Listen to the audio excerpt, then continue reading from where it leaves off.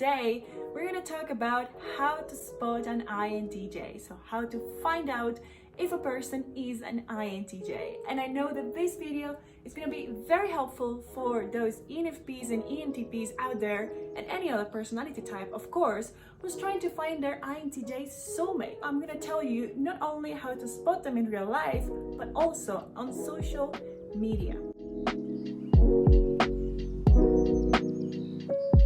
Welcome back, I am Mindy. Please like my video, everyone, in this moment right now, because you're gonna help me this way to reach more people, and this is your way to support me and my work, because I put a lot of work and effort in this channel. I put 2 videos each week, so also make sure to subscribe if you haven't done it yet.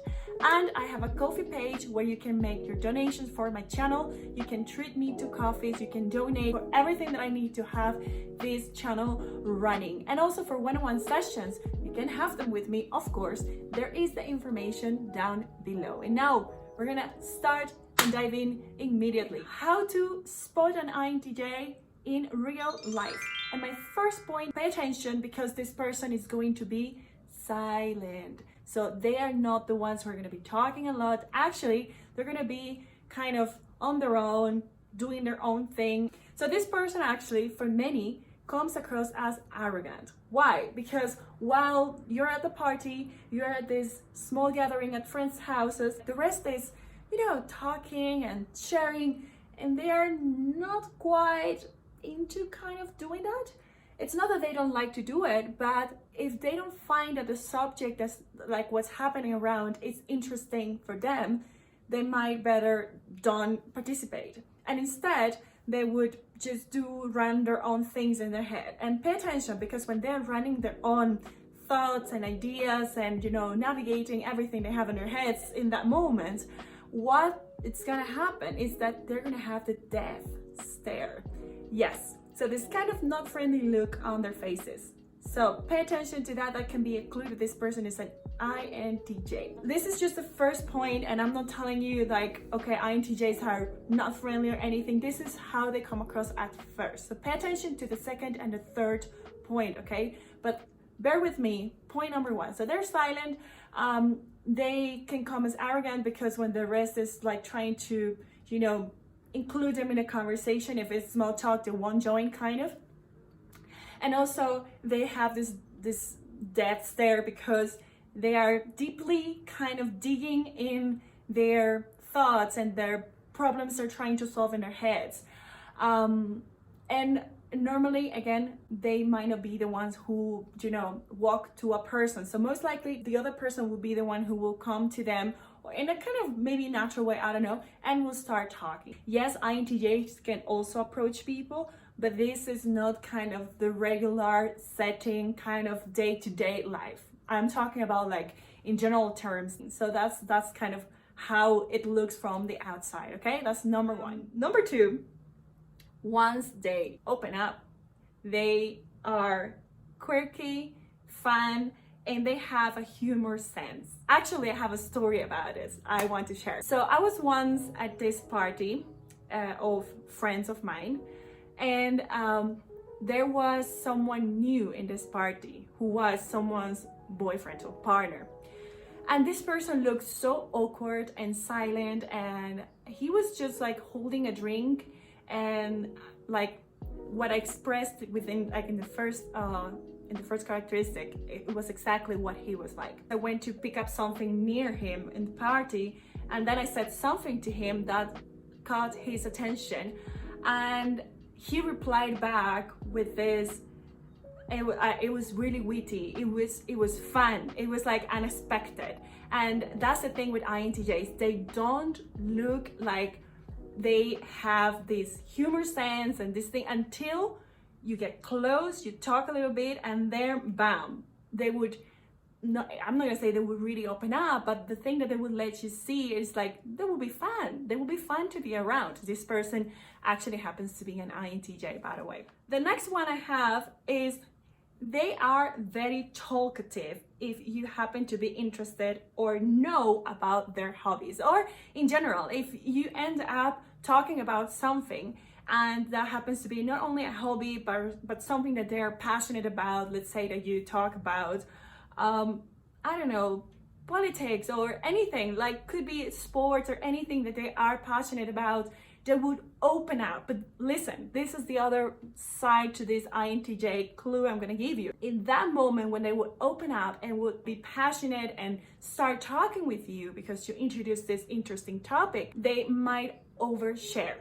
Yes, because they get too excited that then they would dig in kind of very deep, and they might end up really kind of oversharing and you listening to them. But I don't know if you can call it oversharing, but that's how it looks like from outside. So what they're doing, actually, they're just sharing their introverted intuition and extroverted thinking with you in that moment that they feel this kind of connection. All right, let's move on to the social media clues. So number one, they usually share no photo of themselves, and if they do like very little photos of themselves. But what they actually do with their Instagram account, let's say if they have Instagram accounts, number one, it might be a private account unless they are kind of campaigning for a cause they love. Let's say I've seen many INTJs campaigning for these cryptocurrencies, like, you know, like changing the whole banking system, or talking about legalizing marijuana, or I don't know, whatever thing that they love, they will use their accounts or Instagram for, and then the account might be like open and public. Otherwise, the account might be private. And what do they post? Let's say that now you are in their private accounts. Well, it can be so random, really. For instance, they post lots of pictures of films, like movies, animals, quotes, matrix stuff, like I don't know why when I think of INTJs I think of the movie The Matrix, because I don't know why I've seen many INTJs that post that kind of content that look like everything is a matrix and this is like this is not real. I don't know, things of that sort.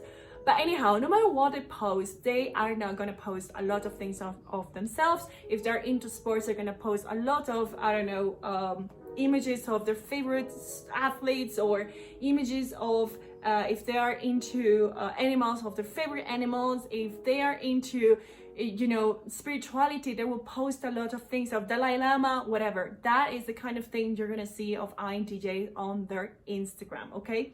Number two, they tend to have a bigger number of following accounts than of followers.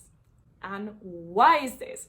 Because of course they want to, you know, see and get informed and read and whatever it is they want to do with their Twitter, Instagram, or Facebook. They want to see what other people is doing. But they are very secretive and they don't want for other people to see what they post if they have their accounts in private, right? But even the INTJs that don't have their accounts in private, I have seen that they are quite careful with who is following me. And they would do this revision often of like, who is my follower and why is this person following me, and they're not active, and why do I need to have them here? So they would constantly start deleting people from the followers list themselves, you know? So when I was talking to an INTJ friend who also does this, by the way, I said like, but why do you want to delete these people? Because it's good that you have a bigger number of followers because of, you know, this thing you're trying to create with your Instagram. And he was like, no, but I don't want fake people following me. And I said, but it's not fake people, it's real people. Yeah, but they don't interact with me, so that means that they don't care about my content, he said. So I don't want them following me. And so he just deletes people. And I see that when I see other INTJs that I know as well, it's like their accounts is always like, it's their follower number is kind of decreasing. And when I look at around, like recognizing kind of the patterns, they're always kind of looking at their followers and they don't want for people who is fake or anything to be following them. So there you go. Look at the number of followers. Normally they follow more people than what they have followers, okay? And the last one, their dark humor comes out through their posts and stories.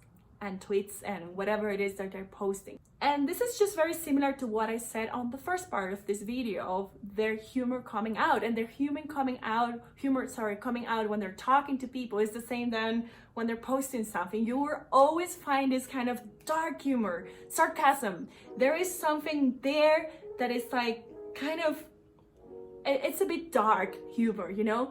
But at the same time, it's fun as well. But it's just a kind of INTJ humor that is not like, it's not your typical sweet humor. It's always a bit dark. So now tell me in the comment sections if you're an INTJ watching. Let's help the community who is trying to find their INTJ, and tell me what are the things that you think you can add up, or also tell me if you agree or disagree with what I said. So thank you very much for watching. And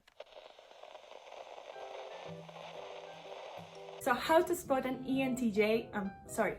They normally don't post. So number one, normally they post. Number two, they tend to follow more people than what they allow others to follow. So they tend to follow, they tend to have, number two, they tend to have